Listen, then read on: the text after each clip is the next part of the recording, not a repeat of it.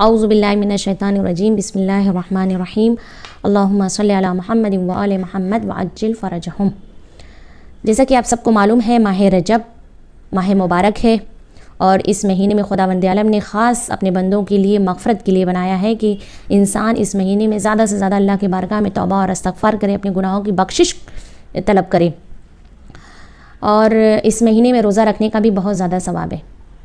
ایک روایت کے مطابق ہمارے ساتویں امام امام موسیٰ کاظم علیہ السلام فرماتے ہیں، اللہم صلی علی محمد وآل محمد وعجل فرجہم، آپ فرماتے ہیں کہ رجب بہشت میں ایک نہر کا نام ہے، یعنی جنت میں ایک نہر کا نام ہے جو دودھ سے زیادہ سفید ہے اور شہد سے زیادہ شیریں ہے۔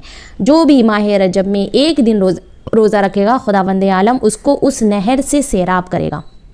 اور پھر آپ فرماتے ہیں کہ خداوند عالم یعنی اس مہینے میں اپنے بندوں کے گناہوں کو معاف کرتا ہے۔ اگر کوئی اس مہینے میں نیکی کرتا ہے تو اللہ اس کو اس کے بدلے یعنی چند برابر نیکیاں حساب کرتا ہے۔ اگر ایک نیکی کرتا ہے تو چند برابر یعنی اس کے مقابل میں کہ ایک نیکی کرنے کا ثواب کئی گنا اس کو اللہ اجر عطا کرتا ہے۔ اور اسی طرح سے اللہ یعنی اپنے بندوں کے گناہوں کو معاف کرتا ہے۔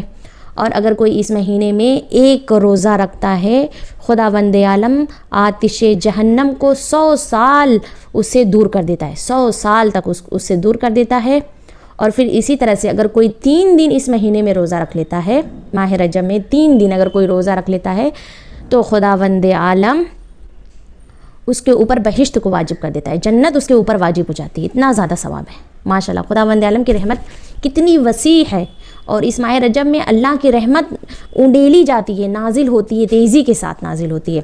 اور ایک روایت میں ملتا ہے کہ اگر کوئی ماہ رجب میں بلکہ تینوں مہینوں میں، رجب، ماہ شعبان اور ماہ رمضان المبارک، تینوں مہینوں میں کسی ایک مہینے میں بھی اگر وہ 3 دن روزہ رکھتا ہے، اور وہ 3 دن روزہ کب رکھنا ہے، یعنی پورے مہینے میں کب رکھنا ہے، ایک تو جمعرات، جمعہ اور ہفتے والے دن، اگر 3 دن روزہ اس نے لگاتار رکھ لیا تو اس کو 900 سال کی عبادت کا ثواب ملے گا۔ 900 سال کی عبادت کا ثواب اللہ اس کے لیے لکھے گا۔ اور اسی طرح سے کہا گیا ہے کہ زیادہ سے زیادہ اس مہینے میں استغفار کیا جائے، اور طریقہ بھی بتایا گیا ہے۔ دیکھیے، استغفر اللہ ربی واتوب الیہ، یہ بھی ایک طریقہ ہے استغفار کرنے کا، لیکن جو ماہ رجب میں کہا گیا استغفار کیا جائے، کہا گیا ہے کہ زیادہ سے زیادہ آپ کہیے ماہ رجب میں استغفار، تو اس طرح سے کہیے استغفر اللہ واسألہ التوبہ، استغفر اللہ واسألہ التوبہ، اس طرح سے ماہ رجب میں استغفار کرنے کا طریقہ بتایا گیا ہے۔ اللہم صلی علی محمد وآل محمد وعجل فرجہم۔